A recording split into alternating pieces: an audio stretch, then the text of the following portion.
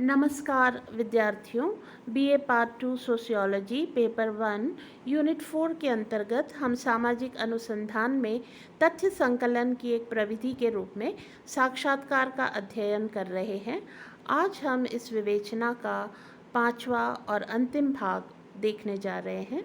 मैं Anupama Saha, associate professor sociology, government college Sirohi, Rajasthan. आप विद्यार्थियों में से जिन्होंने मेरा पिछला वीडियो देखा होगा उन्हें यह ज्ञात होगा कि हमने पिछले वीडियो में देखा था कि कैसे साक्षात्कार की प्रक्रिया को आगे बढ़ाया जाता है और इस प्रक्रिया के दौरान सौहार्द को बनाए रखते हुए जांच प्रश्न किए जाते हैं।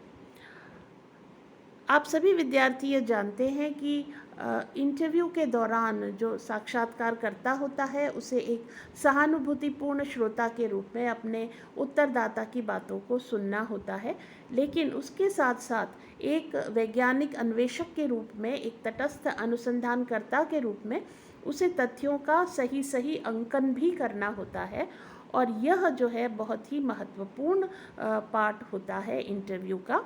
तो आज हम यह देखेंगे कि इंटरव्यू के दौरान तथ्यों का अंकन किस प्रकार किया जाता है। जैसा कि आप देख पा रहे हैं अपने स्क्रीन्स पर, रिकॉर्डिंग ऑफ फैक्ट्स, तथ्यों का अंकन। Recording of data is an important part of any interview. The following are the different methods of recording data during an interview. तो तथ्यों का अंकन जो है वो इंटरव्यू का एक बहुत इम्पॉर्टेंट पक्ष होता है और बहुत सारे तरीक़े हैं जिनके माध्यम से जो अनुसंधान करता है वो तथ्यों का अंकन कर सकता है। ये मेथड्स, ये विधियाँ कौन कौन सी हैं उनको हम एक एक करके देखेंगे। पहला कहलाता है recording the data verbatim during the interview, अर्थात तथ्यों का साक्षात्कार के दौरान ज्यों का त्यों अंकन। मतलब जैसे जैसे उत्तरदाता सूचनाएं देता जा रहा है उनको उसी समय ज्यों का त्यों हम नोट करते चले जाएं, तो यह कहलाता है ज्यों का त्यों अंकन। अब इस मेथड का हम अगर अनुसूची का प्रयोग कर रहे हैं, साक्षात्कार अनुसूची में हम प्रश्न के नीचे उत्तर लिख सकते हैं, लेकिन अगर हम इंटरव्यू शेड्यूल का प्रयोग कर रहे हैं तो भी हमें हर बिंदु को नोट करते जाना होता है। अब इस मेथड के साथ समस्या ये है कि जो साक्षात्कार करता होता है उसे बहुत ध्यानपूर्वक उसकी बातें सुननी भी होती हैं और उसके साथ साथ उसी समय उनको नोट भी करना होता है। तो कई बार वह नोटिंग में इतना बिजी हो जाता है कि वो अपने श्रोता की भूमिका का ठीक ढंग से निर्वाह नहीं कर पाता है।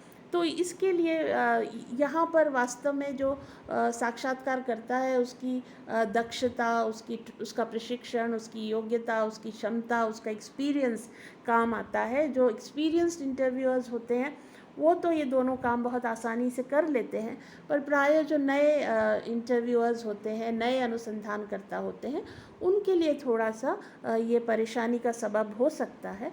और इसलिए यह एक तरह का लिमिटेशन भी है इस विधि का कि दोनों रोल्स को एक साथ निर्वाह करना थोड़ा कठिन हो जाता है। फिर भी ये एक तरीका ज़रूर अनुसंधानकर्ता के पास है कि वह ज्यों का त्यों अंकन कर सकता है। दूसरा तरीका है recording the data on the basis of pre coded options. अब यह ज़्यादातर संरचित साक्षात्कारों में उपयोगी होता है, जिसमें हम प्रश्नों की सूची पहले से बना लेते हैं और बंद प्रश्नों का उपयोग करते हुए हर क्वेश्चन के साथ कुछ ऑप्शंस पहले से दे देते हैं और सही ऑप्शन पर उत्तरदाता जो भी कहता है उसके आधार पर टिक कर लेते हैं। तो ये जो तरीका है ये बहुत इसकी सीमित उपयोगिता इसलिए है क्योंकि यह उन्हीं केसेस में हम उपयोग में ला सकते हैं जहां हम संरचित साक्षात्कार का प्रयोग कर रहे हैं और साथ ही हम केवल बंद प्रश्नों की अनुसूची हमारे पास हो। अन्यथा यह विधि बहुत ज़्यादा उपयोगी नहीं होती है।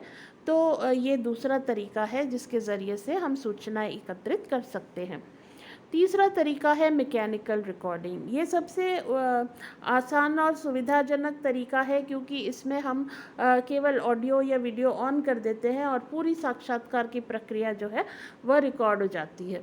तो इसका एक फ़ायदा ये भी होता है कि बाद में भी अगर कई कुछ समय बाद भी अगर हमें पुनः कुछ जानना हो, पुनः रेफ़र करना हो, तो हम अपनी रिकॉर्डिंग खोल करके वापस से सुन सकते हैं।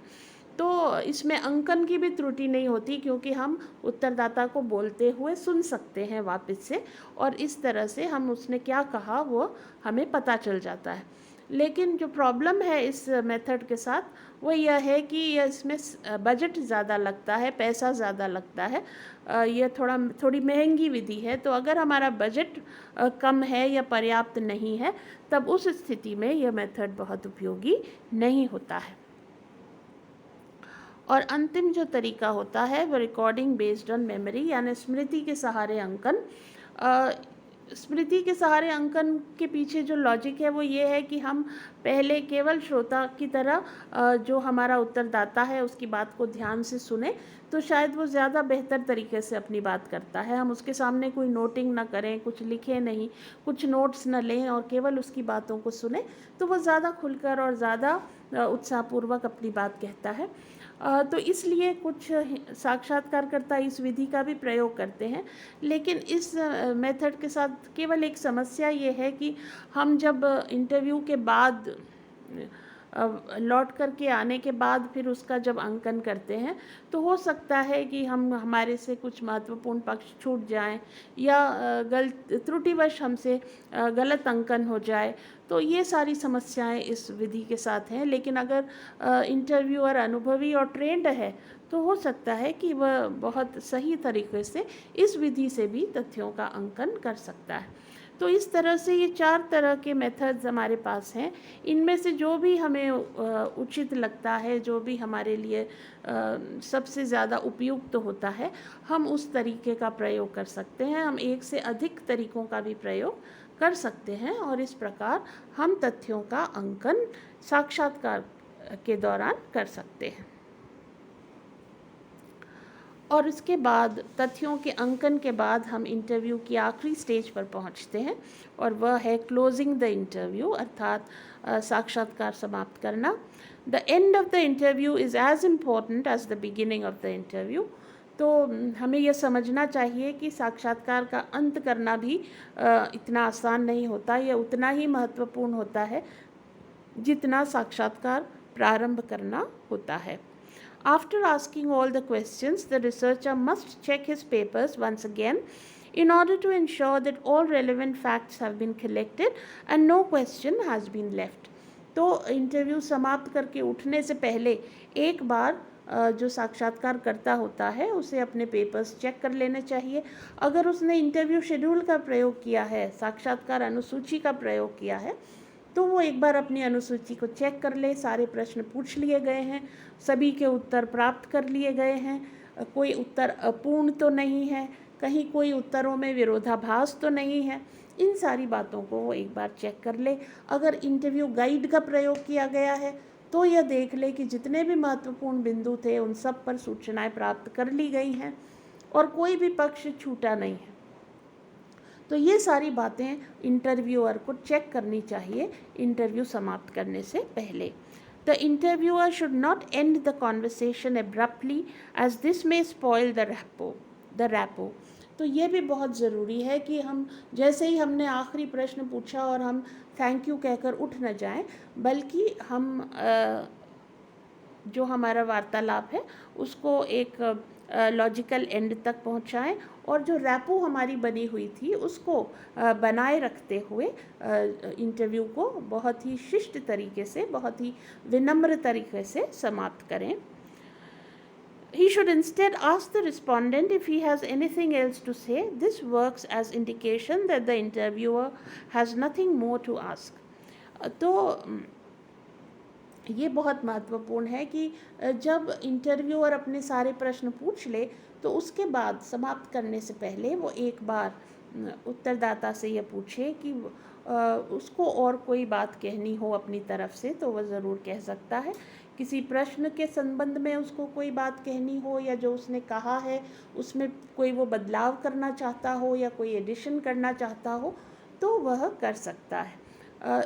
ऐसा कहने से जो उत्तरदाता है उसको भी यह बात समझ में आ जाती है कि अब जो इंटरव्यूअर है, साक्षात्कार करता है, उसके पास अब कोई नया प्रश्न पूछने को नहीं है और हम इंटरव्यू की समाप्ति की ओर बढ़ रहे हैं। Such gestures as placing the papers back in the file, laying down and closing the pen, etc., convey to the respondent that the interview is coming to its end. तो इस तरह की बात करना कि आपको कोई और बात कहनी हो तो आप ज़रूर कह दें और उसके साथ साथ अपने जो पेपर्स हैं उनको वापस अपनी फ़ाइल में लगाना, अपना पेन नीचे रखना, उसे बंद करना, ये सारे जो जेस्चर्स हैं ये भी कन्वे करते हैं उत्तरदाता को कि अब इंटरव्यू समाप्त होने वाला है। The interviewer should thank and express his gratitude to the respondent for giving him the time and the required information. और ये चूँकि हमने प्रारंभ में ही आपको बताया कि एक सोशल प्रोसेस है और इस इंटरव्यू जो है वो एक सामाजिक प्रक्रिया है और उसमें सामाजिक अंतर्क्रिया के सारे नियम लागू होते हैं। तो जैसे हम आम बातचीत में भी ये करते हैं तो उसी तरह से जब इंटरव्यू हमारा समाप्त होता है तब हम अपने जो उत्तरदाता हैं उनको धन्यवाद देते हैं, उनका आभार व्यक्त करते हैं कि उन्होंने अपने व्यस्त समय में से हमारे लिए समय निकाला और जो महत्वपूर्ण सूचनाएं हमें चाहिए थी वह सूचनाएं उन्होंने हमें प्रदान करी। इस बात के लिए हमें उनका धन्यवाद ज्ञापित करना चाहिए। This would open doors for any communication that may be required in the future. तो इस तरह से जब हम विनम्र और शिष्ट तरीके से अपना इंटरव्यू समाप्त करते हैं तो जो सौहार्द है वो बना रहता है और साथ ही भविष्य में यदि हमें फिर से अपने उत्तरदाता से किसी भी कारण से संपर्क करने की ज़रूरत पड़े तो उसके लिए भी रास्ता बच जाता है, रास्ता खुला रहता है। तो इन बातों का ध्यान में रखकर हम फिर अपना इंटरव्यू जो है उसको समाप्त करते हैं। तो साक्षात्कार के संदर्भ में आप लोगों को इतना ही मुझे बताना था।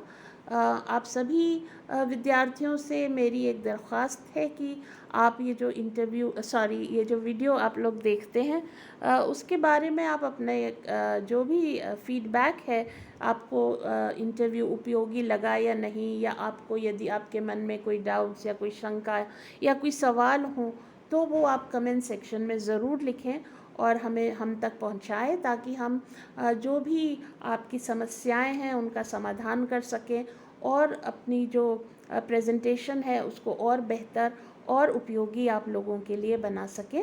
आप सभी का बहुत बहुत धन्यवाद।